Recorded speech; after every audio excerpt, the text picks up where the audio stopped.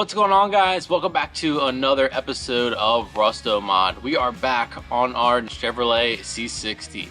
If you guys missed the last few episodes, let me give you a rundown of what we've done to this awesome truck that we've built on the channel.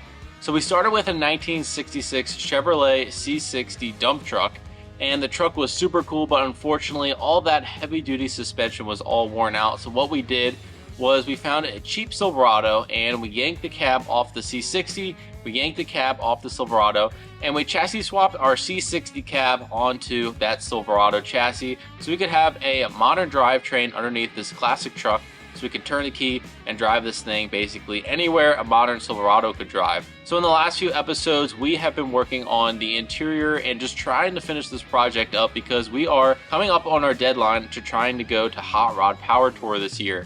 And we have a few more things to tackle before we get to Power Tour, and Power Tour is coming up soon, so we got to get to work. So if you guys have been watching the channel for a while, you know we go on Power Tour almost every year, and the first time we went was with our 68 C10 with an Escalade chassis swap, and that thing did awesome. But we also took our 1950 Willys wagon and we built the whole thing to go to Power Tour, and unfortunately the Willys wagon blew a head gasket on the Power Tour route. So we finished it up with the C10, and I was really happy we got our first long hauler the first time that we went to Power Tour, and it was a ton of fun.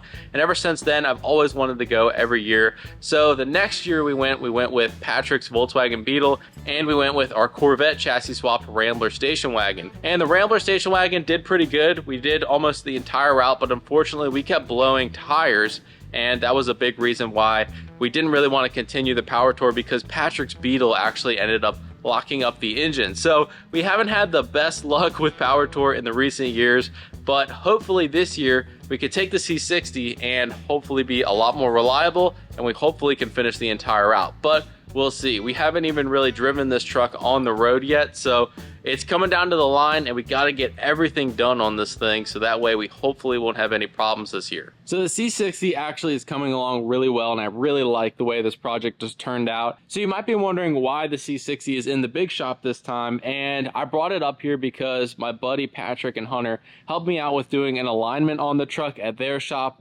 and we went ahead and balanced all the wheels and tires, just made sure all the suspension was good, and it's dialed in. It drives a lot better than it did. I went ahead and did the whole alignment on the truck just because tire wear is a big deal when you're driving a lot of miles, especially in one trip, and we don't want to have any blowouts again on this trip. So hopefully we're good to go with the alignment and stuff. But now I just want to tackle everything else that we have to do, because this is the last time I have to work on this truck before we leave for Power Tour. So in the last episode you saw we knocked out the entire interior, and I'm really happy with the way the interior is coming out. I think it looks really good. I still have to figure out the shift boot and a few little things, but most of the interior is pretty much dialed in. I think I could sit in here for the entire length of Power Tour and wouldn't have any problems. I really like the way this thing came out. I am on the fence, maybe trying to change the seat out. It is a little worn out. I know some of you guys commented about cleaning it up and stuff, and I think I'm just going to leave it for now, but that might be one thing I want to change after Power Tour. We'll see how my back feels whenever we go through the whole trip, but I'm pretty happy with that. We do have a few more things to tackle on the rest of the truck. Like, we have to figure out how we're going to get fuel to our gas tank. I want to figure out some things under the hood and just finish up the wiring, finish up everything we have, because this thing has to be ready to go in a few weeks here to hit the road and drive a few thousand miles on Hot Rod Power Tour. So we got to get everything done in that short period of time. All right, so first thing that I need to tackle is trying to figure out how to put gas in this truck. So we still have the factory Silverado tank, if you can see it back there, and I added a little extension to it to try to meet the side of the bed here. So I had my buddy Justin help me. He cut out a square in the side of the truck because I got this. So this is a filler door I got on eBay, and it's kind of a universal thing. I painted it black, but I'm probably gonna have to repaint it because it's not the right sheen to match the bed, but you kind of get the idea. So the filler door opens up, we can stick it in here. I already had it mocked up earlier, and then we can add gas to it, close the door, and it's flush. So trying to make it look like, you know, you don't really see it as much on the side of the truck. So we just need to put this on. I'm gonna repaint it, clean it all up, because we kind of scuffed the bed up a little bit when we were cutting the side of the bed. I just want to get this on here so that way we can add gas to the truck without trying to reach underneath and stuff. So this will work out pretty good. Let's throw it on real quick. You just put it in there, cut the hole that you need. You can open the door up. It has a little magnet on it. And then this is the piece that goes into your existing filler deck. So you slide that in there, and then I just have a hose going to the gas tank. Push that on there, tighten the hose clamp up, and should be installed.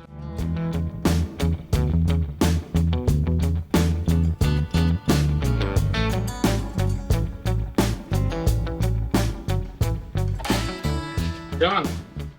All right, so let's work under the hood a little bit. I actually robbed the coil packs from this truck for something else, and I'm borrowing these from Patrick. So I got to give these back to him. I have some new ones I'm going to throw on here. While we pull the coil packs off, this motor I haven't even cleaned or done anything with. So I want to try to scrub it down, make it look a little bit better. And the other thing we're going to do is I want to add some lighting underneath the hood here. So that way if we ever have a problem on the road, we can have some light to see what we're doing. So I'm going to throw those lights in here. We're going to control them the same way we did with the ones that are under the dash. So we're going to wire them in under the hood, flip the dome light switch on, and then these lights should come on as well. So let's tackle that stuff.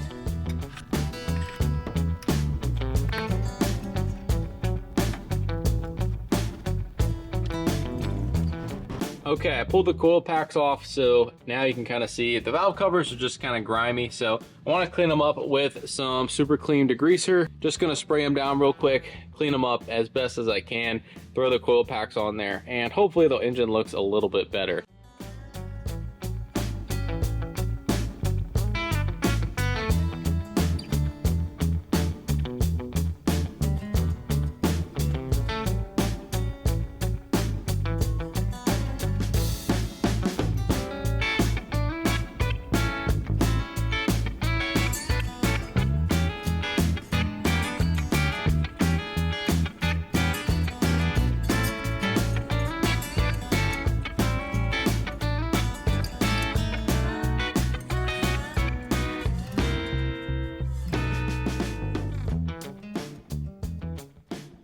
Cleaned it all up, put everything back together. You can see the valve covers underneath, a lot better shape, super clean. I'll link in the description below. It's actually a really nice product to use. So now that we got that done, let's tackle our underhood lighting.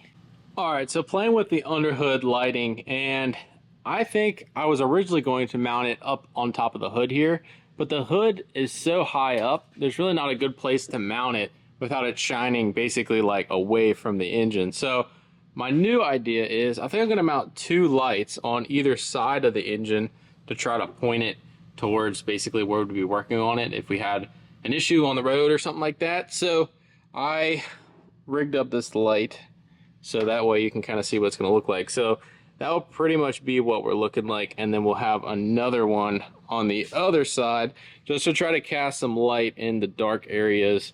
If you guys ever go on road trips or long things like power tour, it's definitely a good idea to have a bunch of lighting because it always seems to break down in the worst possible spot in the middle of the night or something, and you need to be able to work on it and see some stuff. So instead of having a million flashlights, wire in some little lights under your hood and it'll definitely save you some headaches on the road. So I'm going to wire those up, like I said, around the engine bay, and we'll see how it looks.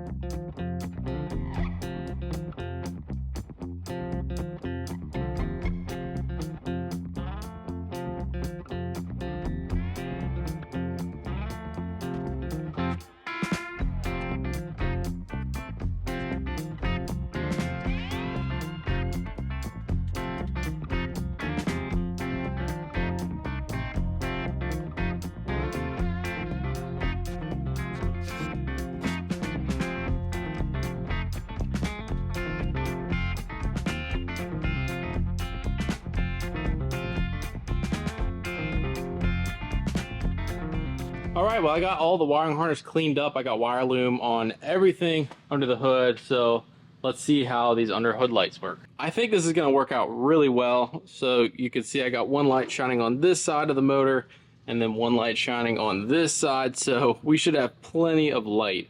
If we're stuck on the side of the road or just changing the oil or whatever we're doing, we at least can see what we're doing under the hood here. So I think that's a big improvement. definitely a good idea to do if you guys are trying to drive a long distance or just work on your truck all the time. So now we got those in there. I want to start tackling some other stuff on this truck. All right, so next thing that I want to do to the bed is tie downs for any cargo on the bed. So I got these little rails and they're pretty cool. So basically what they do is you can mount a tie down anywhere you want along the rail. So it looks like this. You just squeeze it and you slide it down into place and it locks in, and then you can add however many you want and tie whatever you want down no matter where it is along the bed. So that's pretty cool. Now, we used these before in the Willys wagon and I liked them a lot. We actually used them to mount the rear seats so that way you could slide them back and forth or you could just pull them out. So I wanted something low profile so you don't really see it. So we got them powder coated black so that way it kind of blends into the side of the bed. Now, they're not exactly the exact length of the bed, but that's okay because later on I'm going to add some big D hooks on each corner of the bed. So that way we can tie stuff down that's a little bit more heavy duty. But for most stuff, these will work just fine, and it's nice because we can move it wherever we want. So now the next step is to just drill a bunch of holes in the bed, and I'm gonna tap them, and that way we can remove them if we ever want to. And they should be mounted. So I'm gonna go through, do that, and then do the other side, and our cargo tie down should be good enough for power torque.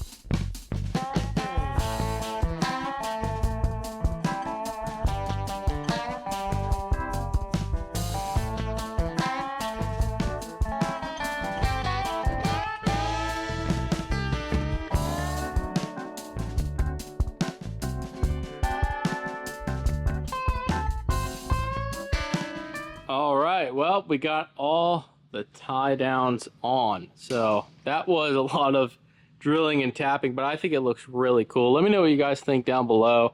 Like I said, I want to add some bigger ones on the side, but just for now, I don't have enough time to kind of get everything I want before power tour, but this will do just fine for what we want. So I think it looks really cool. I think it's low profile and you don't really see it. So I'm gonna pull it outside real quick and let's try to take this thing for a drive. Well, I figured we should try to take the C60 out for a drive just to see how it's gonna do. I've been driving it around the block. Like I said, I'm still waiting for that title to come in, but it's actually kind of good because I have been trying to figure out this issue with the transmission. So basically what was happening was the transmission was getting really hot.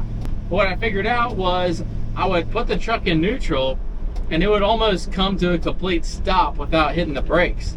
And so I looked at the brake calipers and they were all just really rusted. So what I did off camera was I put all new brake calipers on it. I also put new rotors on it as well.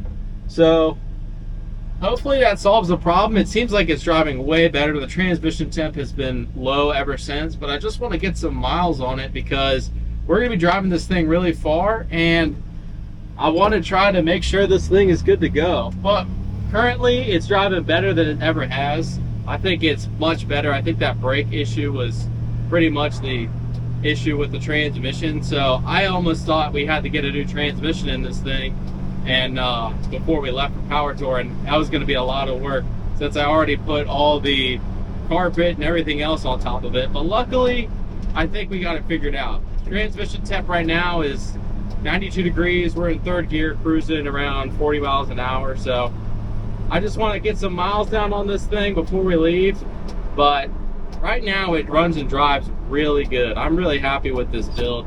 I mean, it should drive like a modern Silverado, which is awesome, but there's always going to be something. I bought this truck, this donor truck for the C60 for 400 bucks, so it was really cheap. So I didn't know how good the transmission was. I knew the motor ran pretty good, so, but it makes great oil pressure. The transmission seems to shift absolutely fine now, and the brakes feel way better than they did before. So I'm happy with it. I think it stops good, it drives good, it stays cool. But it's about 85 degrees out today, so I want to make sure it'll stay cool because once we get out there and get on the road, you know, it's going to be constant driving for a few thousand miles, and I don't want to have any overheating issues or any kind of cooling issues or shifting issues or anything like that. So I'd rather figure out and sort those issues now. Well, except for a oil change and a quick wash, I think the C60 is just about ready to go for Hot Rod Power Tour. We've built this truck in a pretty quick time frame, and I'm really happy with the way that it's turned out.